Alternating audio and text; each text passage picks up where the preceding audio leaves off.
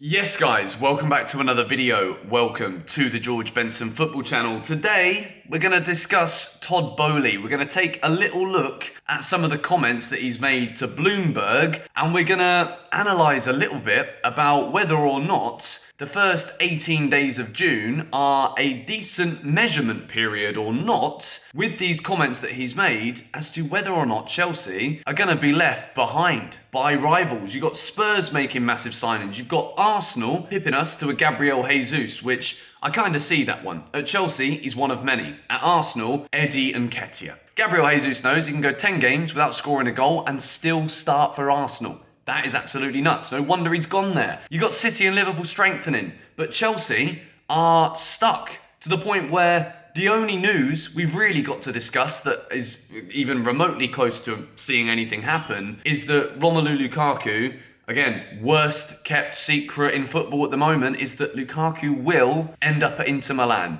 Chelsea want him gone. Todd Boehly wants him gone. Lukaku is absolutely desperate for the move. It's going to happen. Link to my secret project is in the description. We are now 5 days in a row of vlogging. Go and check the link down below. Subscribe to GBFC, also if you're new, and if you can, hit the like button on today's video. That would be excellent. Todd Boehly on potential for football's growth. We think the way those clubs go to market is years behind the US model. We think the global footprint of the sport is really underdeveloped. Now, this statement here, there's a big statement. We're going to break it down in parts, but I've started with this bit because what I think is very important when we read this is to realize that there is a lot of truth behind a lot of the things that Todd Boehly says about the development of football and football players' brands. Todd Boehly again, there are 4 billion fans of European football. There are 170 million fans of NFL. The NFL generates $15 billion of media money every year. Global club football is a fraction of the NFL media money. This is something that has been flipped with the context by a lot of Chelsea fans. People read this part of the statement. There's a reason why I'm not doing it in a chronological order.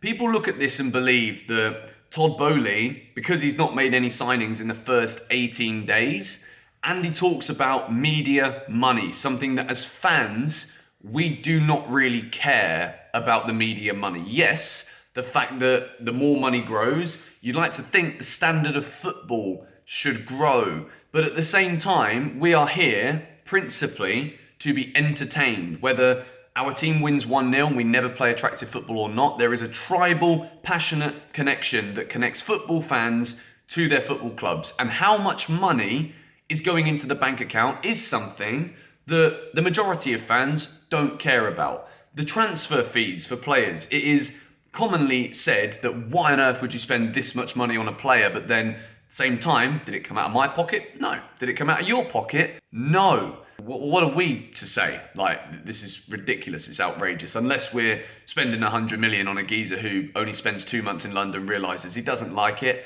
and then wants to bugger off immediately. Then we can express a little bit of frustration. But the fact of the matter is, it isn't our money. So in order for Chelsea to be a part of the development with financial increases in the footballing market, yes, we don't want to be doing this through the avenues of super leagues. But he's got a fair point. The market for the media in English football could still get bigger and bigger, and it will continue to grow. Moving on, Todd Boehly on competing with other clubs for players. This is the reason why I've broken this up in a different kind of order, because this one is the main one that we should care about right now.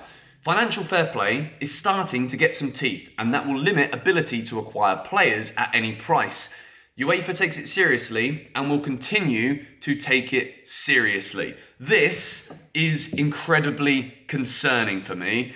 I think if we'd have actually seen Chelsea make genuine moves towards players, actually get people signing contracts, making official statement signings in this window where we desperately need it, this kind of statement wouldn't evoke such controversy and fear, really, in my mind. Because what we're reading here is that it's almost like the excuses come out early if we don't spend big money, which at this moment in time, we're all sat here thinking, well, how is everybody else getting business done And Chelsea, who are the ones who probably really need it because so many players have left, why are we the ones slugging behind and not signing players we want because Arsenal are getting them instead?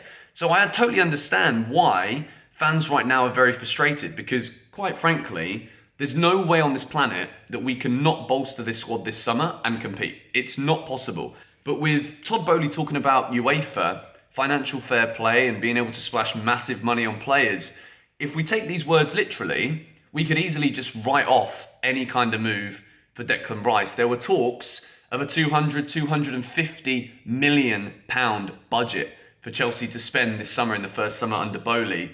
And before we've even signed a free agent, we're seeing these, what could be very strongly considered as excuses, coming out of the woodwork already. We move. They don't realise how big their opportunity is. Let's get a hold of our destiny and think about how to optimise this. The asset class is getting institutionalised. Now we are starting to realise the power of these platforms. Now this is talking about individual players and building their brands.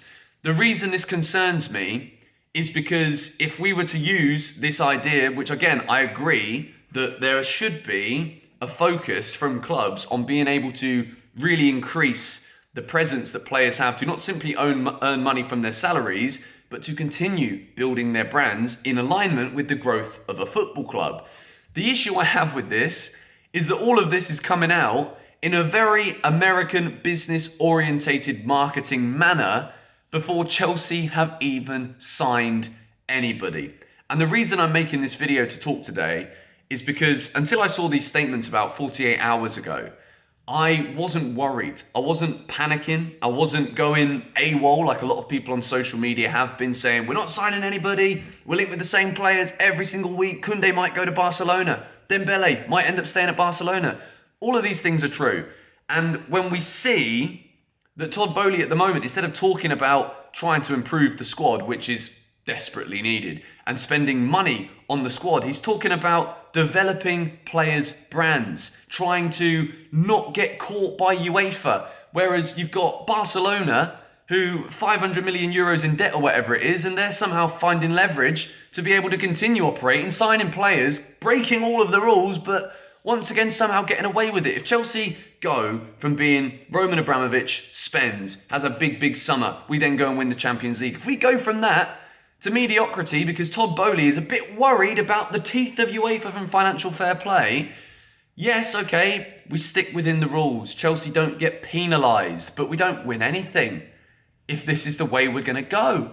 And I think it is absolutely pivotal that at least in this window, we pull our finger out. And the longer it goes on, the more I see us linked with players that are not wanted by clubs in Italy. To no disrespect, but it's a country and a league that doesn't compete for Champions Leagues anymore. Inter Milan, you know, they've got great players, they've got some good individual defenders, but we're being linked with Denzel Dumfries. And I don't think really that's the kind of quality player that we should be looking at for swap deals for a £100 million striker signing who just doesn't want to be here. He was still our top scorer. So at this point, when I see Boehly making these statements, I go from being, it's okay, it's only the 16th of June, it's now the 18th of June. I sat on this one yesterday and really thought about how I was going to approach this video. But the real concerning thing is that there is still nothing done, and we're only seeing statements from our new owner talking about keeping within the realms of FFP,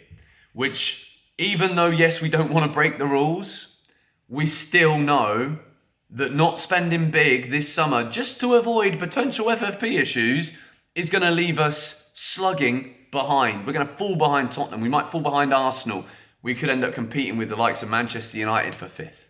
So, yeah, at this moment in time, the more we look at the deals that we thought were going to be done, Koundé's still not done. Dembele, still not done. Chances that Barcelona could end up with both of those players, let alone our club captain. I'm getting concerned here. Let me know what you think of this Todd Boehly statement. Am I overreacting? Am I being too dramatic? Let me know your thoughts in the comments down below. Secret project link is in the description as well. Thank you guys for watching. See you all hopefully tomorrow with some news.